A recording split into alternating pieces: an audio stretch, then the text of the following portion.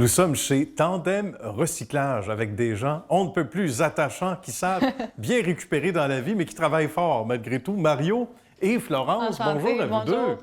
Ça me fait plaisir d'être ici. Et quand on dit que c'est le génie québécois qui est derrière une idée, et ça, c'est d'autant plus valorisant de savoir que le flash est venu d'ici, particulièrement de l'ami Mario, qui a eu une idée assez exceptionnelle pour la planète, d'abord et avant tout, parce qu'on pense souvent à des pièces d'auto qu'on ne retrouverait pas ailleurs que dans un site d'enfouissement. On imagine les dégâts. Et pour l'environnement, Mario s'est levé un matin et il a eu une bonne idée. Quelle était cette idée? Le domaine automobile, il y a beaucoup de pièces qui sont en plastique maintenant sur les autos.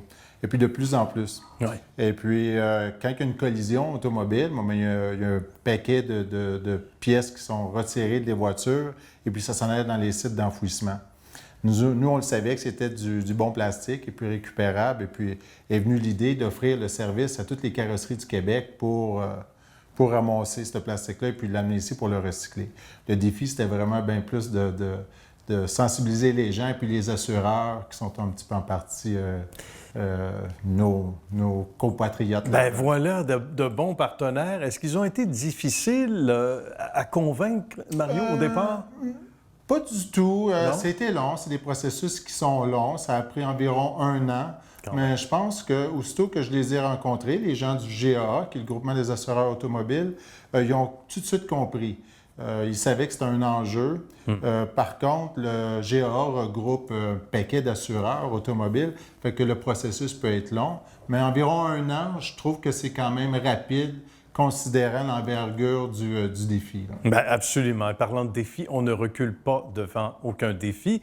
Vous avez une liaison, évidemment, père-fille, et ça, c'est pas banal. Qu'est-ce que c'est que de travailler avec son père? Ah, la plus belle des choses, Oui. on va dire. Absolument. C'est vrai, hein? C'est une fierté pour moi. C'est un beau projet. Puis en plus de le faire avec mon père, c'est le plus grand des rêves. C'est un bon modèle pour moi. Puis on travaille bien ensemble. Tant mieux.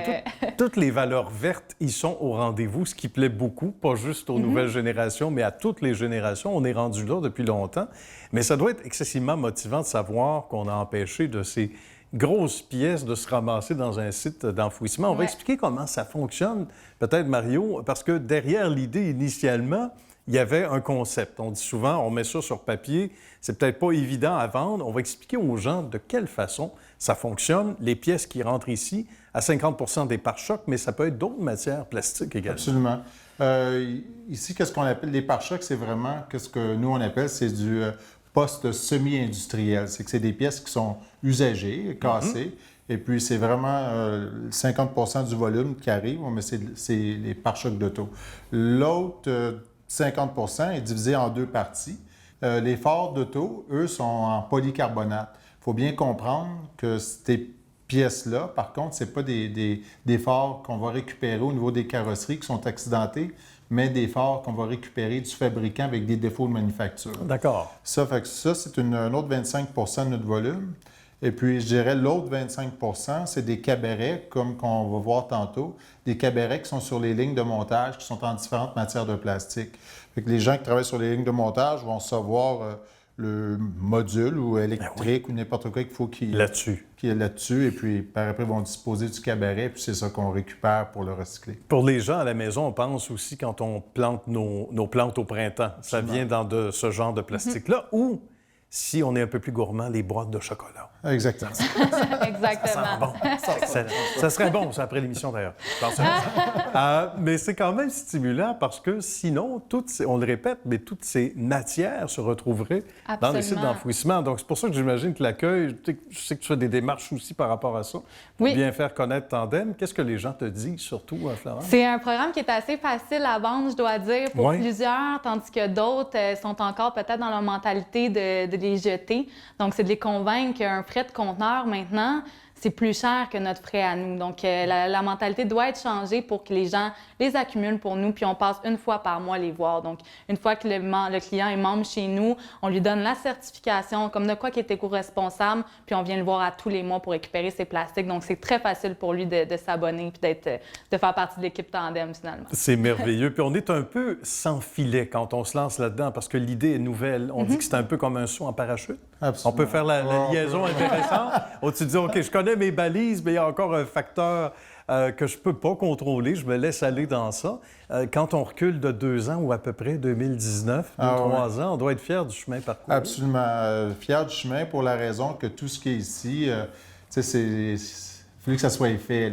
C'est pas une entreprise qu'on a achetée ou un modèle qu'on a copié. Ça part vraiment d'une idée. Et puis, que ce soit les bureaux ici, c'est nous autres qui les avons construits, l'usine, la machinerie. Fait qu'on a vraiment parti à zéro. C'est ça qui est ma plus grande fierté. Puis, vraiment, aussi que je peux dire que je suis fier de cette entreprise-là, c'est que tout le monde a gagné là-dedans. C'est plutôt rare qu'on voit un modèle d'entreprise où ce que les gens... Bon, mais il y a toujours, on dirait, quelqu'un qui est perdant. Mais dans ce modèle d'affaires-là, les carrossiers sauvaient de l'argent, l'environnement bénéficiait, les assureurs aussi trouvaient quelqu'un pour recycler ces pièces automobiles-là qui avait une responsabilité en quelque part environnementale. Fait que tout le monde a gagné là-dedans. Fait que c'est ça ma plus grande fierté, je pense, de Tandem, c'est qu'il n'y a pas de perdant et puis il n'y a pas personne qui fait les frais de ça. Et personne ne s'est pendu, si on se permet l'expression, après une subvention quelconque. Non. On l'a fait. On s'est retroussé les manches. Puis ça, c'est important, je pense, de le dire. Ouais. Absolument. Parce qu'il y en a qui vont se dire, bon, ben j'ai une idée, mais je sais qu'il y a une subvention pour ça. C'est méritoire. Mais je pense que ça l'est davantage quand on n'attend pas après l'aide gouvernementale. Absolument. Florence et Mario, c'est un bonheur. Merci d'en faire autant pour l'environnement et pour les gens concernés. Au plaisir, bonne suite de succès à vous deux. Merci. À bientôt.